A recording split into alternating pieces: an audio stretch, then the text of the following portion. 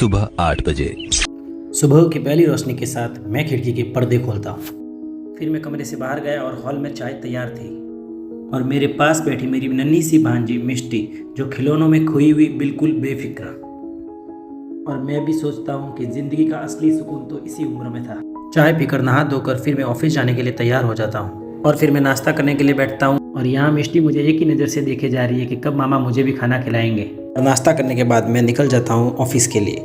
और तभी मिशू को पता चल जाता है कि मामा बाहर जा रहे हैं। वो कहना तो चाहती है मुझे भी लेके जाओ, पर कह नहीं सकती। मैं मिशू को बाय कहकर ऑफिस के लिए निकल पड़ता हूँ। ये है मेरी रफ्तार। और जैसे ही घर से काम के लिए निकलते जिंदगी एक सफर बन जाती है यारो। दिन के 11:45 बजे।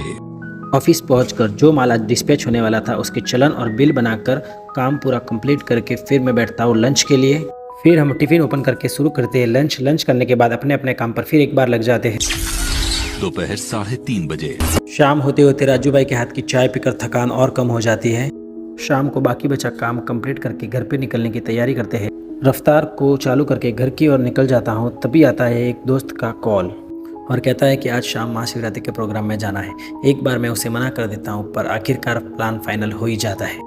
मैं घर पहुँचकर फिर से रेडी होने लग जाता हूँ।